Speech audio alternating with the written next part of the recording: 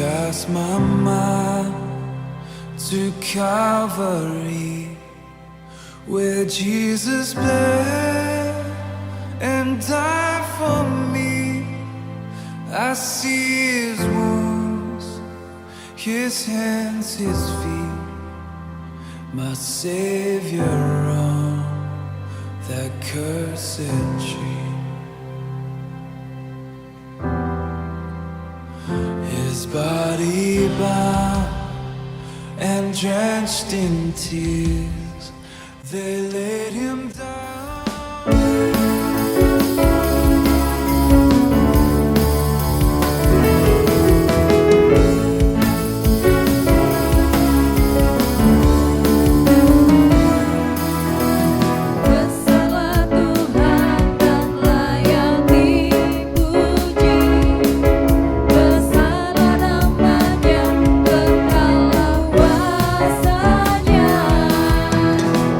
Aman berlindung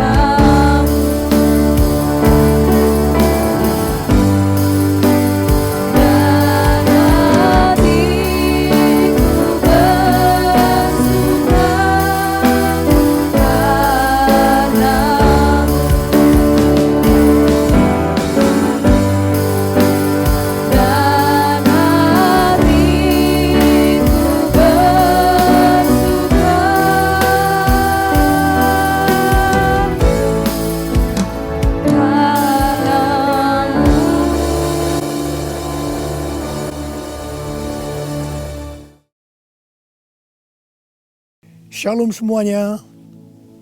Saya akan mengajak saudara untuk membaca 1 Tesalonika 4 ayat 16 sampai dengan 18. Mari kita baca. Sebab pada waktu tanda diberi, yaitu pada waktu penghulu malaikat berseru dan sangkakala Allah berbunyi, maka Tuhan sendiri akan turun dari sorga, dan mereka yang mati dalam Kristus akan lebih dahulu bangkit. Sesudah itu kita yang hidup yang masih tinggal akan diangkat bersama-sama dengan mereka dalam awan menyongsong Tuhan di angkasa. Demikianlah kita akan selama-lamanya bersama-sama dengan Tuhan. Karena itu hiburkanlah seorang akan yang lain dengan perkataan-perkataan ini. Ayat-ayat yang kita baca ini berbicara tentang kedatangan Tuhan Yesus. Dikatakan akan ada 2 tanda terjadi sebelum Tuhan Yesus datang. Tanda yang pertama, seruan penghulu malaikat. Tanda yang kedua, sangkakala Allah berbunyi. Setelah itu Tuhan Yesus akan turun dari sorga ke awan-awan.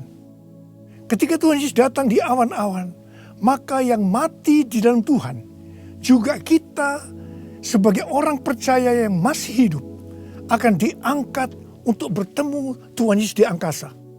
Demikianlah kita akan bersama-sama dengan Tuhan Yesus selama-lamanya.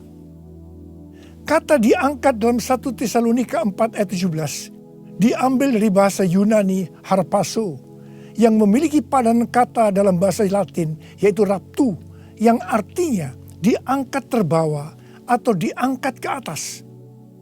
Peristiwa pengangkatan yang dijelaskan di ayat ini di dalam kitab 1 Korintus 15 menunjuk kepada pengangkatan gereja dari bumi untuk menyongsong Tuhan di angkasa. Yang terangkat adalah umat yang setia dari gereja-gereja Kristus, yaitu mereka yang menjadi serupa dengan gambar Yesus. Artinya yang terangkat adalah murid-murid Tuhan Yesus. Kebangkitan mereka yang mati di dalam Kristus seperti yang tertulis dalam 1 Tesalonika 4 ayat 16 bukan kebangkitan yang sama seperti yang tertulis dalam Wahyu 20 ayat 4. Karena peristiwa dalam Wahyu 20 ayat 4 ini terjadi setelah Tuhan Yesus datang kembali menginjakkan kaki di bumi, di mana Tuhan Yesus akan membinasakan yang jahat dan membelenggu iblis. Kebangkitan dalam Wahyu 20 ayat 4 ini berkaitan dengan orang yang mati syahid dalam masa kesengsaraan besar. Seperti yang tertulis dalam 1 Tesalonika 4 ayat 16, di mana orang yang mati di dalam Kristus dibangkitkan. Maka bersamaan itu pula orang percaya yang masih hidup dalam waktu sekejap tubuhnya diubah menjadi tubuh kemuliaan. Kemudian keduanya akan diangkat bersama-sama untuk menyongsong Tuhan Yesus di angkasa. Kita akan bersama-sama dengan Tuhan Yesus dibawa ke sorga. Dan keluarga-keluarga Allah akan berkumpul kembali. Haleluya. Tidak ada lagi yang namanya kesusahan. Tidak ada lagi penganiayaan. Tidak ada lagi penindasan. Tidak ada lagi kematian. Pengangkatan atau rapture ini akan membebaskan kita dari murka yang akan datang, yaitu masa kesengsaraan besar. Jadi kita tidak akan mengalami kesengsaraan besar. Haleluya. Terima kasih Tuhan Yesus. Janji Tuhan Yesus untuk datang kembali dan mengangkat gerejanya yang setia merupakan pengharapan bagi kita semua. Ini merupakan penghiburan yang utama bagi orang percaya yang menderita. Karena itu orang-orang percaya dari zaman ke zaman yang mengalami malapetaka, penderitaan akan selalu berkata, Tuhan Yesus akan datang segera. Karena ini merupakan penghiburan utama bagi mereka yang menderita, termasuk dengan adanya pandemi COVID-19 ini. Kalau hari-hari ini banyak yang bertanya-tanya, apakah dengan adanya pandemi COVID-19 kedatangan Tuhan Yesus sudah di ambang pintu? Bagi saya, pengharapan seperti ini jangan dipatahkan dengan bermacam-macam alasan bahwa kedatangan Tuhan Yesus masih lama. Sedangkan bagi mereka yang menderita, pengharapan seperti ini perlu agar memberikan kekuatan dan sukacita dalam menghadapi masalah-masalah yang timbul akibat pandemi COVID-19. Paulus memakai kata kita dalam 1 Tesalonika 4:17 ini karena dia percaya bahwa kedatangan Tuhan bisa terjadi pada waktu Paulus masih hidup. Alkitab menekankan agar kita sebagai orang percaya dengan penuh kerinduan terus menantikan kedatangan Tuhan Yesus. Orang percaya pada masa kini harus senantiasa waspada dan dengan penuh harapan menunggu kedatangan Tuhan untuk mengangkat kita seperti yang dilakukan oleh jemaat mula-mula yang selalu berkata Maranatha sebagai salam dan doa. Kalau dari zaman ke zaman Tuhan mengizinkan terjadinya perang, bencana alam, kelaparan, penyakit sampar, termasuk pandemi COVID-19. Maksudnya adalah supaya mereka lebih sungguh-sungguh untuk merindukan kedatangan Tuhan. Orang-orang yang merindukan kedatangan Tuhan pasti lebih sungguh-sungguh untuk menyelesaikan amanat agung. Menjelang kedatangan Tuhan yang semakin dekat ini, kita diminta untuk selalu mengoreksi diri. Apakah kita sudah termasuk dalam orang-orang yang akan ikut dalam pengangkatan? Sekali lagi saya katakan bahwa tidak semua orang yang mengaku Kristen ikut dalam pengangkatan.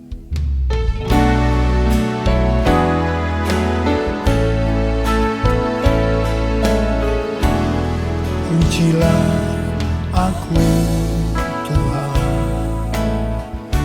cobalah aku Tuhan, selidiki batinku dan hatiku,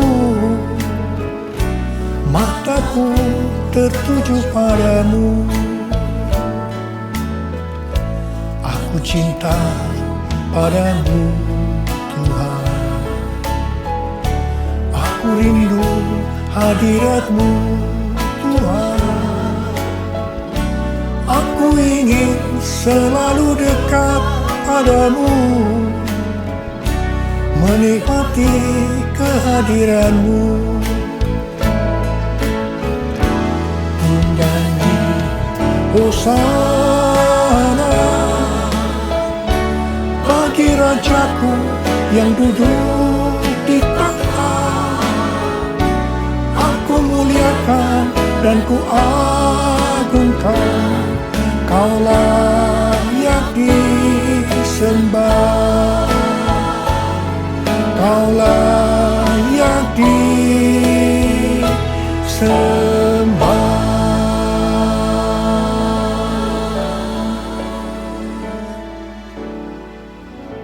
Sesuai dengan perumpamaan Tuhan Yesus tentang seorang penabur benih, maka ada 4 tipe orang Kristen.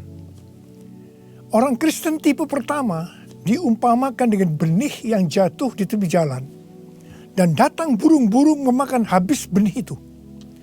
Tuhan Yesus menyebutkan ini adalah orang-orang yang mendengar firman Tuhan tetapi tidak mengerti. Mereka mengikut Yesus tetapi tidak dengan sungguh-sungguh. Dalam arti tidak berbalik meninggalkan dosa. Ini merupakan pertobatan yang tidak sempurna, yaitu pertobatan di mana seseorang mencari pengampunan dosa, tetapi tidak mengalami kelahiran baru. Jadi ini adalah orang Kristen yang tidak lahir baru. Orang Kristen yang duniawi. Orang Kristen yang hidup dalam kedagingan. Ini adalah orang Kristen yang tidak menerima keselamatan. Orang Kristen tipe kedua diumpamakan sebagai benih yang jatuh di tanah yang berbatu-batu, yang tidak banyak tanahnya. Benih itu bisa tumbuh, tetapi setelah kena matahari, dia layu karena tidak berakar. Tuhan Yesus menyebutkan ini adalah orang yang mendengar firman Tuhan, menjadi percaya dan bertumbuh. Mereka sudah lahir baru, tetapi kemudian mereka murtad karena gagal melawan pencobaan. Jadi ini juga merupakan orang Kristen yang kehilangan keselamatan. Orang Kristen tipe ketiga diumpamakan dengan benih yang ditabur di tengah semak duri. Semak duri itu tumbuh bersama-sama dengan benih yang tumbuh.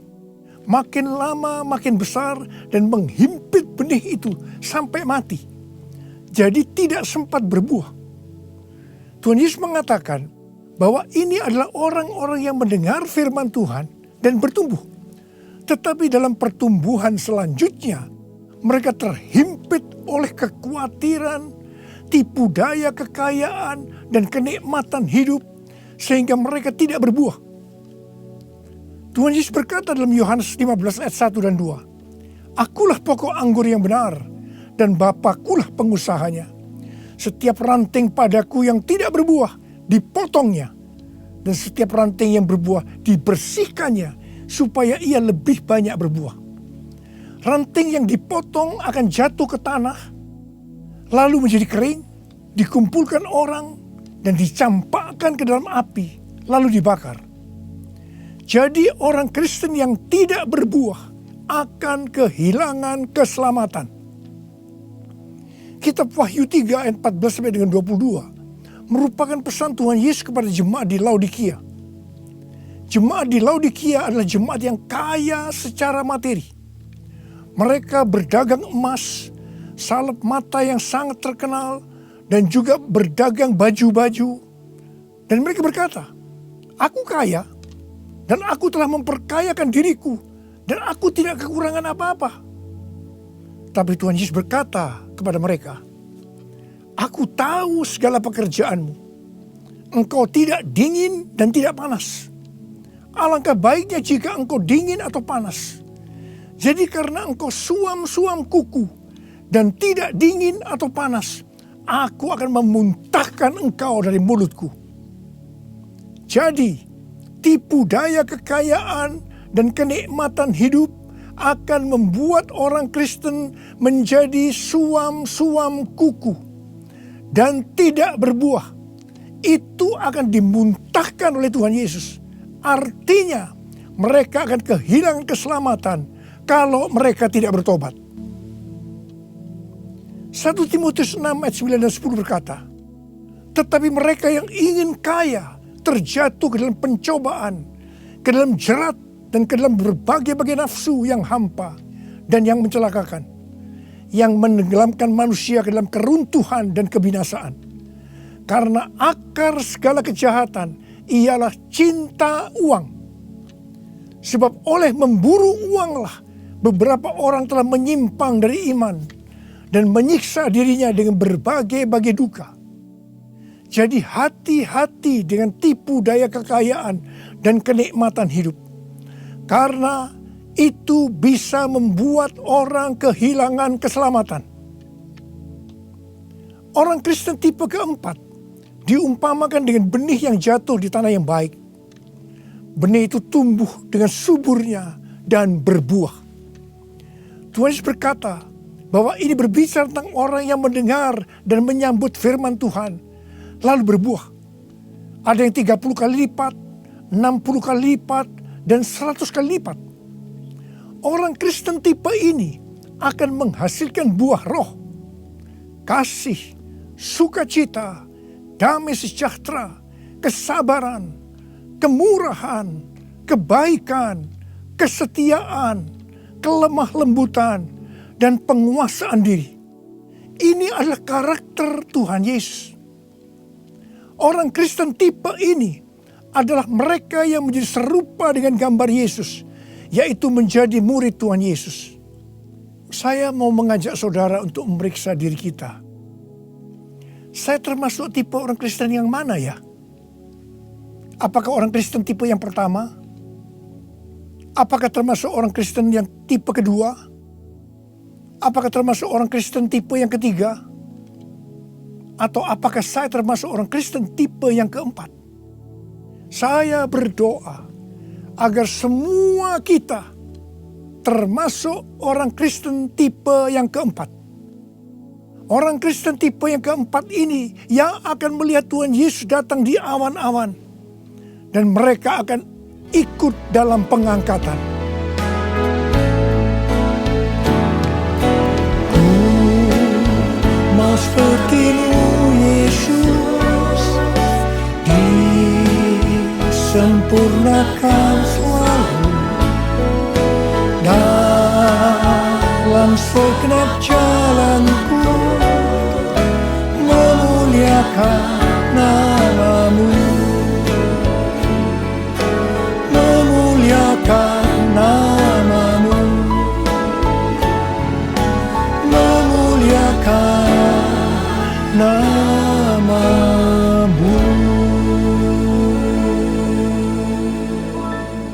Untuk menjadi serupa dengan gambar Yesus, mereka yang sudah bertobat dan percaya kepada Yesus sebagai Tuhan dan Juru Selamat akan masuk ke dalam proses pengudusan yang dilakukan oleh Roh Kudus dan firman Allah, disertai dengan proses-proses yang kebanyakan menyakitkan bagi kedagingan kita. Kevin Yesip, salah satu pendiri dan pemimpin dari gerakan doa di Amerika yang bernama The Return, pada tanggal 26 September 2020 yang lalu, berdoa di National Mall, Washington DC, dengan jumlah puluhan ribu orang. Dia mengucapkan terima kasih kepada bangsa Indonesia yang berdoa untuk bangsa-bangsa dan terutama untuk Amerika melalui acara Trumpet Call for All Nation pada tanggal 17 Agustus 2020 dan Trumpet Call to the Nation pada tanggal 11 September 2020. Kevin melihat bahwa apa yang dilakukan oleh Indonesia adalah sebagai pembuka jalan bagi gerakan doa di Amerika yang sedang terjadi hari-hari ini. Kevin Yesip mendapatkan 3 hal untuk Indonesia. Yang pertama, Tuhan sedang membersihkan gerejanya. Yang kedua, Tuhan membawa gerejanya masuk ke tempat perhentian. Dia sebutkan sebagai masa isolasi. Seperti yang terjadi dalam kisah-kisah di Alkitab, bahwa setelah masa isolasi ini, kita akan mendapatkan hal-hal yang baru. Yang ketiga, Tuhan sedang menanamkan iman kepada gerejanya, sehingga tidak ada perasaan takut terhadap apapun juga. Waktu saya mendengar tentang 3 hal ini, saya surprise. Karena persis seperti yang kita alami hari-hari ini, melalui Tuhan menyembunyikan kita barang sesaat lamanya. Saya percaya bahwa ini adalah proses untuk membuat kita menjadi serupa dengan gambar Yesus. Saya percaya setelah proses disembunyikan barang sesaat lamanya ini selesai, kita akan melakukan tugas yang besar untuk menyelesaikan amanat agung Tuhan Yesus dengan kuasa Roh Kudus Pentakosta yang ketiga. Tuhan memberikan tema tahun 2020 sebagai tahun dimensi yang baru dengan 2 ayat emas, yaitu dari 2 Korintus 3 ayat 18 dan Ulangan 28 ayat 13 dan 14. Sesuai dengan kedua ayat emas ini, Tuhan akan memberikan kepada kita dimensi atau ukuran yang baru dalam berkat rohani maupun berkat jasmani. Dimensi yang baru dari berkat jasmani akan mengikuti dimensi baru dari berkat secara rohani. Kalau kita makin serupa dengan gambar Yesus, karena kemuliaan Tuhan yang diberikan kepada kita makin besar, maka berkat jasmani yang akan kita nikmati akan semakin besar. Kita akan menjadi kepala dan bukan ekor. Kita akan tetap naik dan bukan turun. Yang percaya katakan amin. Dengan adanya pandemi COVID-19, dimensi rohani kita akan dibawa semakin naik. Karena kita semakin diubah menjadi serupa dengan gambarnya. Sehingga seperti janji Tuhan Yesus, maka kita akan tetap dipelihara secara jasmani. Seperti dalam kondisi resesi ekonomi yang merupakan dampak dari pandemi COVID-19.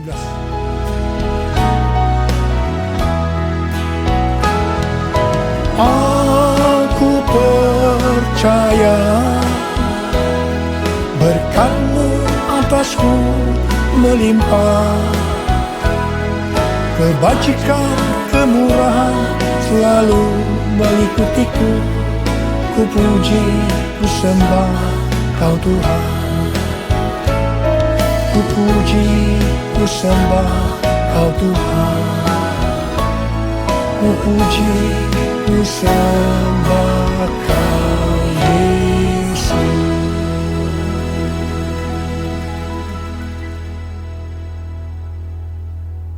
Paulus memberikan arahan dan nasihat kepada kita, orang-orang Kristen yang merupakan tanah yang subur, yaitu orang Kristen yang berbuah.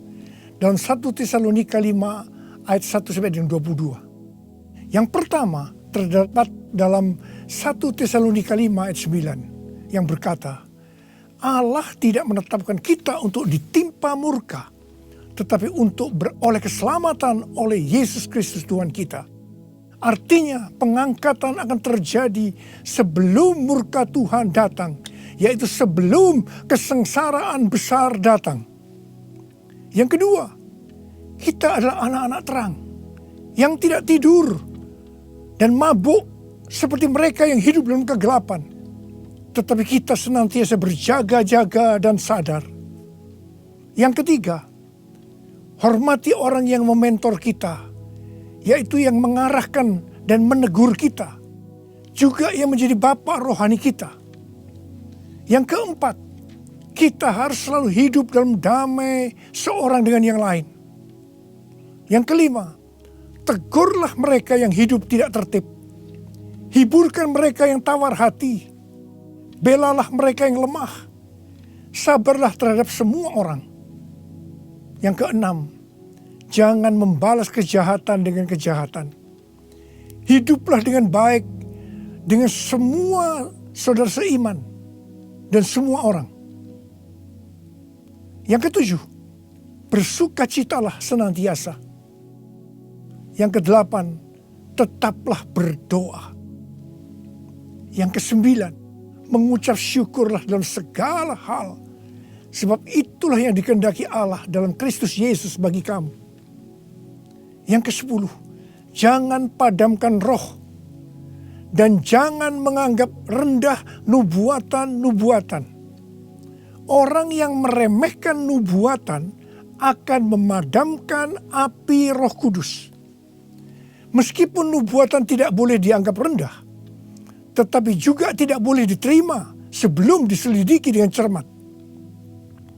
Yang ke-11, ujilah segala sesuatu dan peganglah yang baik. Dan yang ke-12, jauhkan dirimu dari segala jenis kejahatan. Mari kita angkat tangan kita, nyanyikan lagu ini bersama saya. Hosana, Hosana, datanglah Tuhan Yesus. Hosana, Hosana, ku merindukanmu,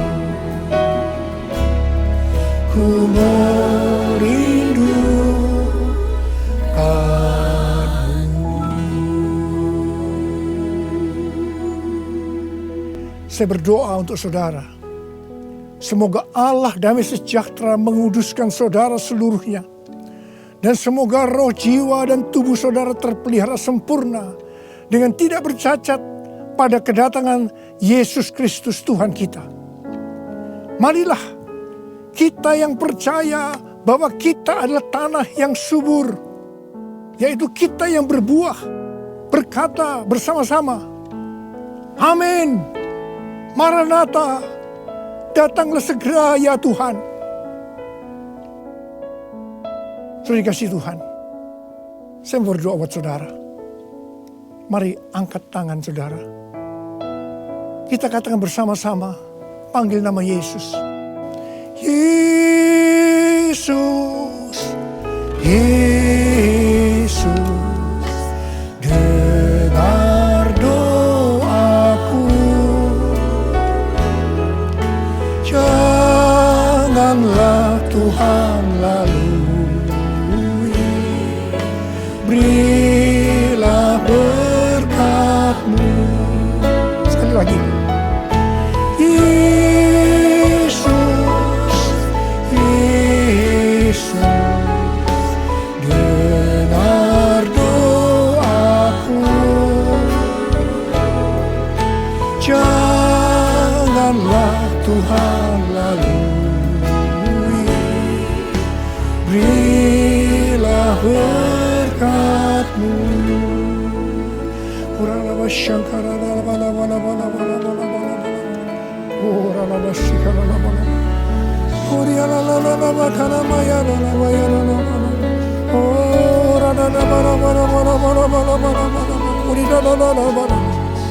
Untuk melihat tangan-tangan yang terangkat, Tuhan. Tuhan, Kau mengasihi anak-anak-Mu. Kau mengasihi anak-anak-Mu. Engkau melihat keadaan mereka satu persatu, ya Tuhan. Engkau tidak pernah meninggalkan mereka.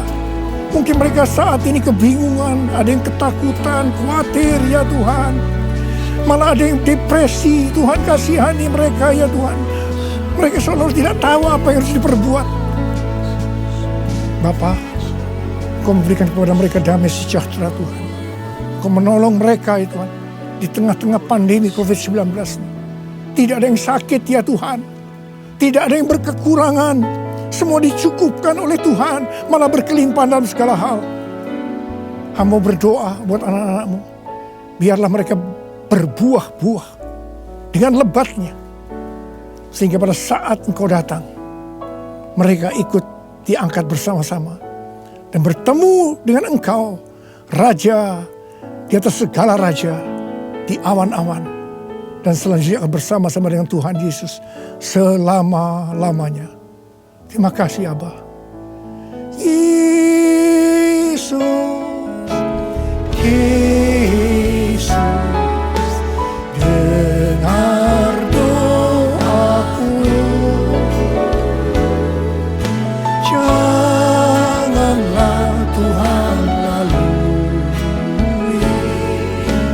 berilah berkat-Mu.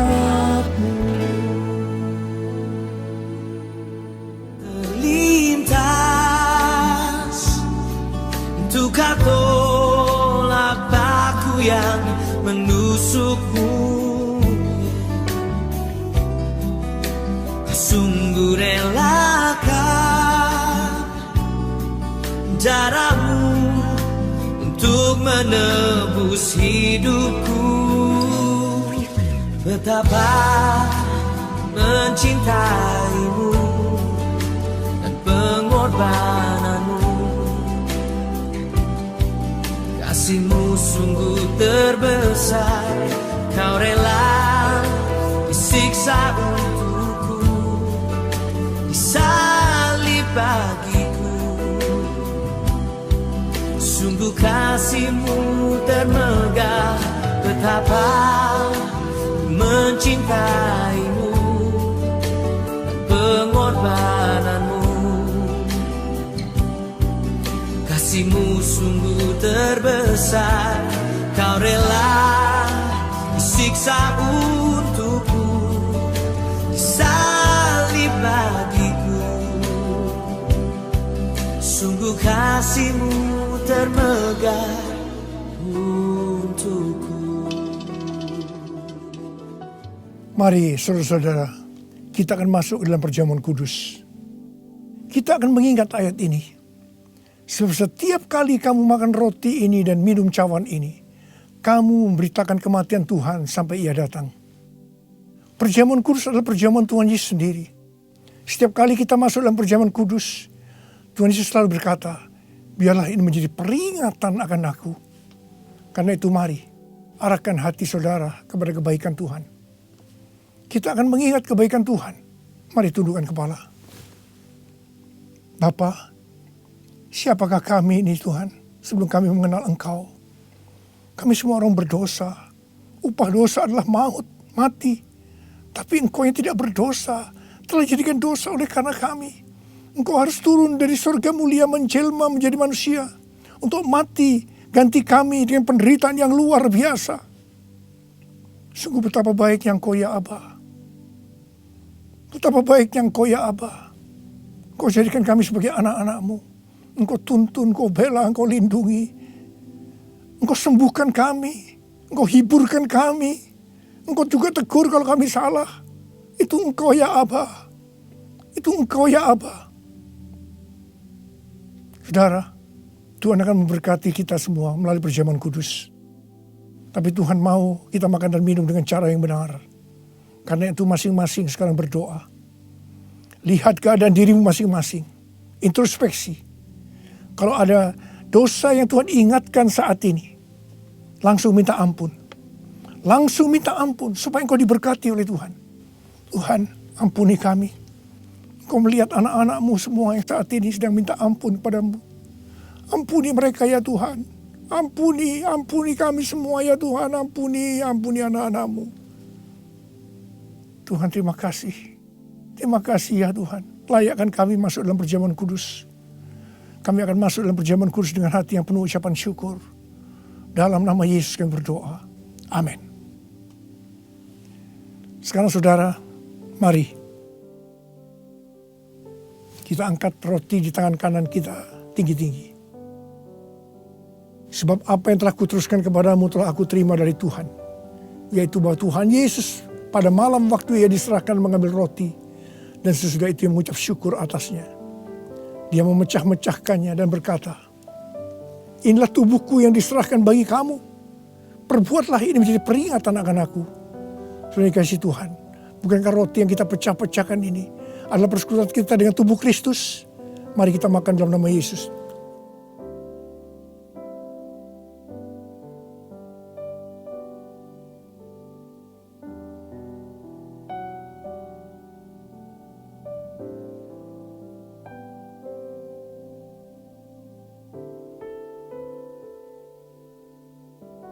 Sekarang angkat cawan di tangan kanan saudara tinggi-tinggi. Demikian juga yang mengambil cawan sesudah makan lalu berkata, cawan ini adalah perjanjian baru yang dimeteraikan oleh darahku. Perbuatlah ini setiap kali kamu meminumnya menjadi peringatan akan aku. Saudara dikasihi Tuhan, bukankah cawan pengucapan syukur yang atas kita ucapkan syukur adalah persekutuan kita dengan darah Yesus? Mari kita minum dalam nama Yesus.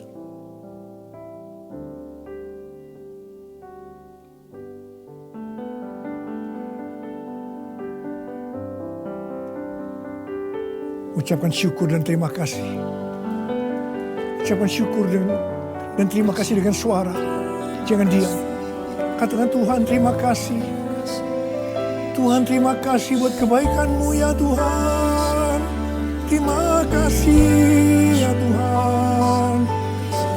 Oh Tuhan, sebab Engkau baik. Bahwasanya untuk selama-lamanya kasih setiamu ya Tuhan. Oh ya Tuhan, oh ya Tuhan, karena masyarakat karena mata karena bala-bala, oh bala-bala, Kau baik ya Tuhan, Kau baik ya Tuhan, terima kasih, bahwasanya untuk selama-lamanya kasih setiamu ya Tuhan, ya Tuhan, ya Tuhan, ya Tuhan, oh terima kasih, terima kasih. Terima kasih Yesusku, terima kasih Yesusku.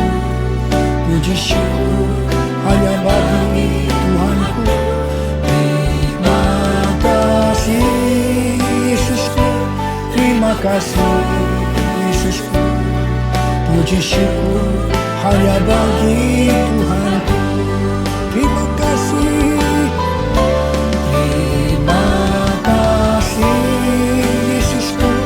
Terima kasih Yesusku, puji syukur hanya bagi Tuhanku. Terima kasih Yesusku, terima kasih Yesusku, puji syukur hanya bagi Tuhanku. Puji syukur hanya bagi Tuhanku. Puji syukur hanya bagi Tuhanku.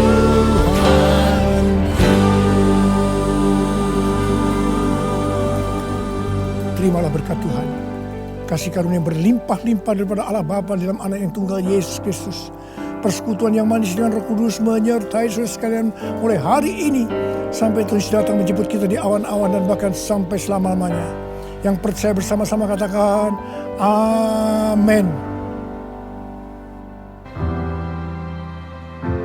Cast my mind to Calvary, where Jesus bled and died for me.